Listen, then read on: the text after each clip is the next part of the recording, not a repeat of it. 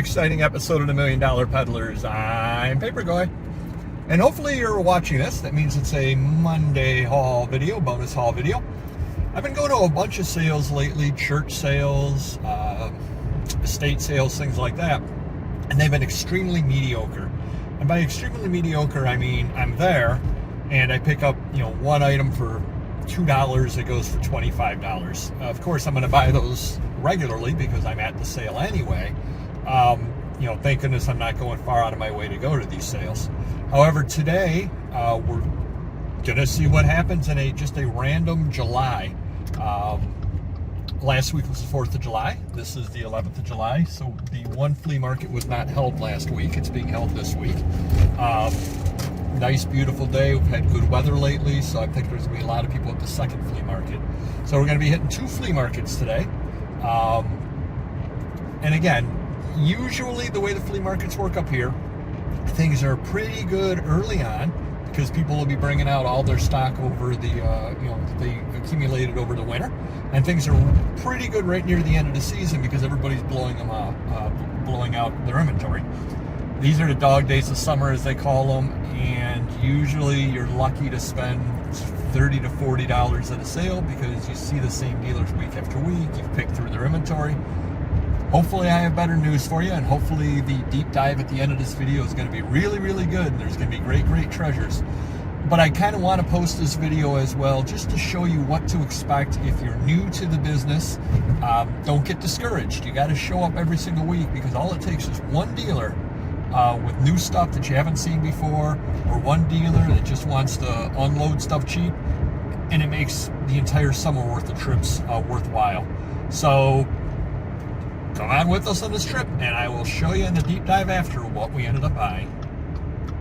And Papergoy here, and we are all ready, and ended up getting a lot of stuff.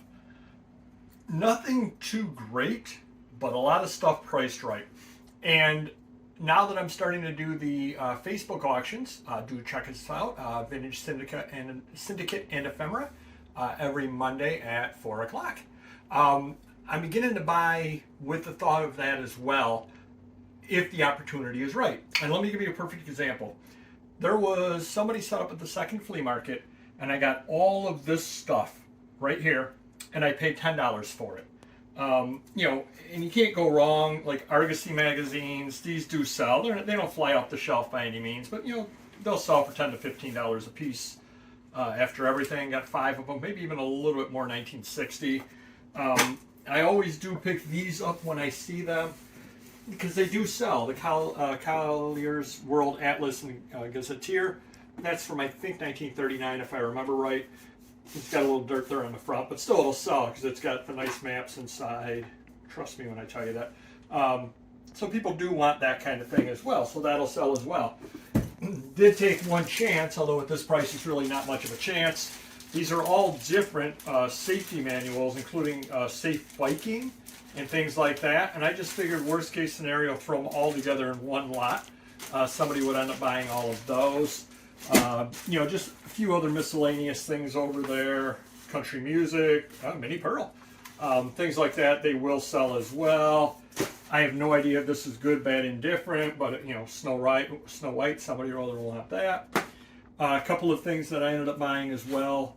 Elements of railway signaling from GRS, General Railway.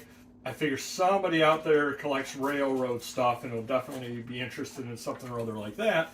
And again, I paid $10 for everything over here. But for instance, this over here, not the greatest of shape, but it really didn't cost me anything because it was part of the whole deal. That'll be something or other I'm bringing to a Facebook auction. I can sell it for $3, something or other like that, even though it's a $10, $15 magazine, because I paid essentially nothing for it. And because, as my theme is over there, if I buy right, you buy right. And that's what it comes down to. I can sell things like that right. I bought these 2 for the auction as well because I have rock and roll stuff coming up. So get the books because I had rock and roll books. I paid essentially nothing for them. So if they do sell for a couple of bucks a piece, I can end up making money off the extra stuff to end up paying for everything and take some chances. I know that gentleman over there, Bob, does a lot of things with advertisements. Well, I picked up a bunch of advertisements as well in the pile and they're neat looking advertisements, and I'll just make a pile of ads and end up selling the whole pile of ads over there. And somebody will buy it and do well on it, and good for them, because I don't deal in them. But I happen to be at the right place at the right time to pick them up. The two things that I picked up that'll be really interesting: the Medical Visitor, a monthly journal for physicians and surgeons, from February 1899. Now this will take a while to sell. However, it will sell for sure. I mean, you got bone marrow treatment on the back. There are not a lot of these things out over there. You got nerve medicine, all that kind of stuff.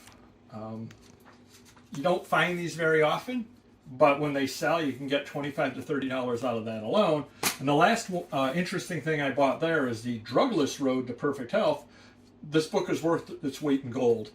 And this is about 14 ounces, so I'm thinking I'll probably have to price this at like $7,200 or something other like that. But I'll give a big discount because I like to give things away. But kind of oddball little self-published book. Nice little picture there of the lady using the speed bag and that kind of thing. You never know. That kind of book, honestly, is probably a $20 to $25 book. Could be more if there weren't a lot of them published.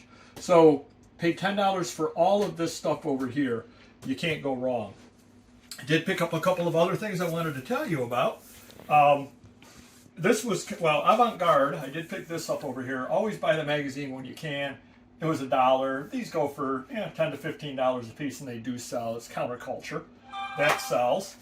These were $1 a piece, and they were still in the envelopes. They're seed catalogs. And I opened the one up just to make sure the catalog was still in there. 1936. This is probably a $35 to $40 item, and picked it up for $1. This is another similar one, so you can't argue with those things.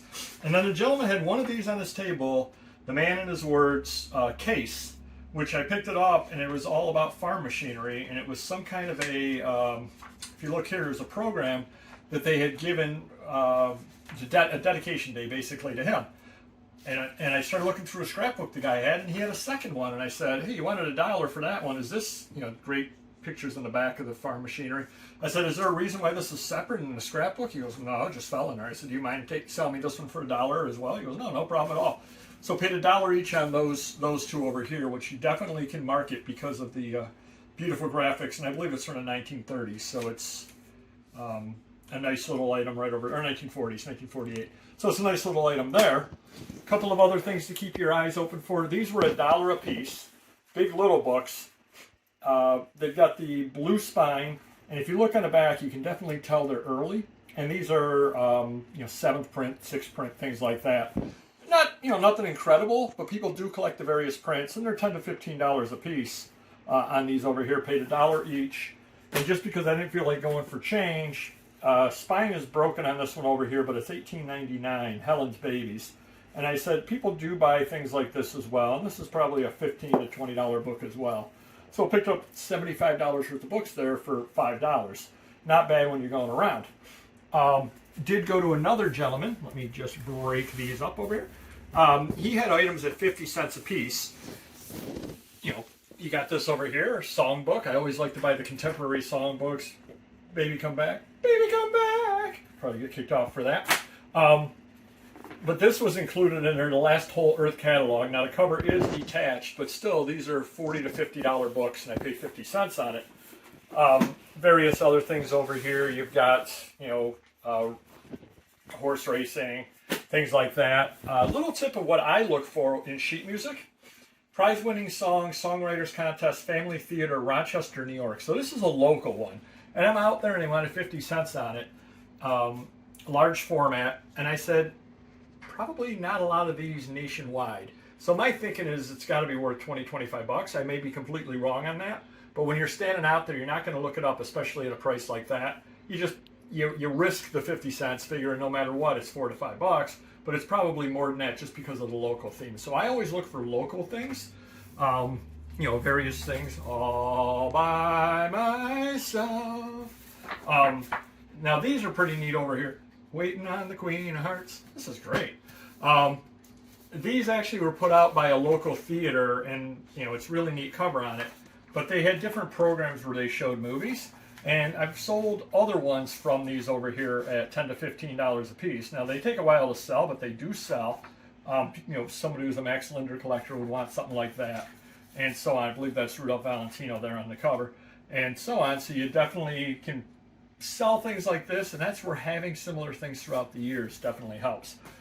But I did pick this up over here, and that's where I'm thankful for something or other like the Facebook auctions, because again, paid 50 cents for it. It is missing the back cover, but still the graphics in it are unbelievable. But I do not have an outlet for this on eBay. You cannot sell Little Black Sambo on eBay.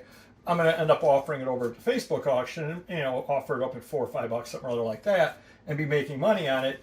And to somebody else who has an outlet, whether it's an antique mall, whether it's taking and breaking it apart, whatever they're going to do with it, they're going to make good money on it as well. But that's why I'm buying right. I'm able to sell right. And this was 50 cents. It's seen better days with the spine roll and tears, but that's a Norman Rockwell cover. And for 50 cents, you can never go wrong buying an early 1940s Saturday Evening Post with Rockwell. And then the last thing, and there's just a few other things in here I bought.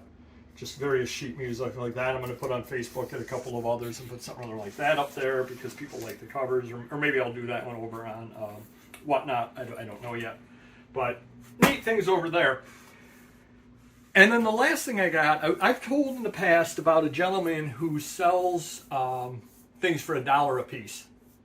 So he had things piled up all over the place. And right as I walked up, he goes, "Let me tell you the deal today. It's $1 a piece, or you can fill a bag," and he had the standard size paper bags, and fill a bag for $5. I got, basically the bag got filled, and as I told him, I said, "I filled this bag enough," because he goes, "Would you be interested in buying all?" I go, "Nope." He goes, "You haven't even heard the price." I said, "I don't care if you tell me it's $4, I'm not buying it." And he was laughing. I go, "I don't care if you save me $1, but I gotta take it all, I'm not buying it all."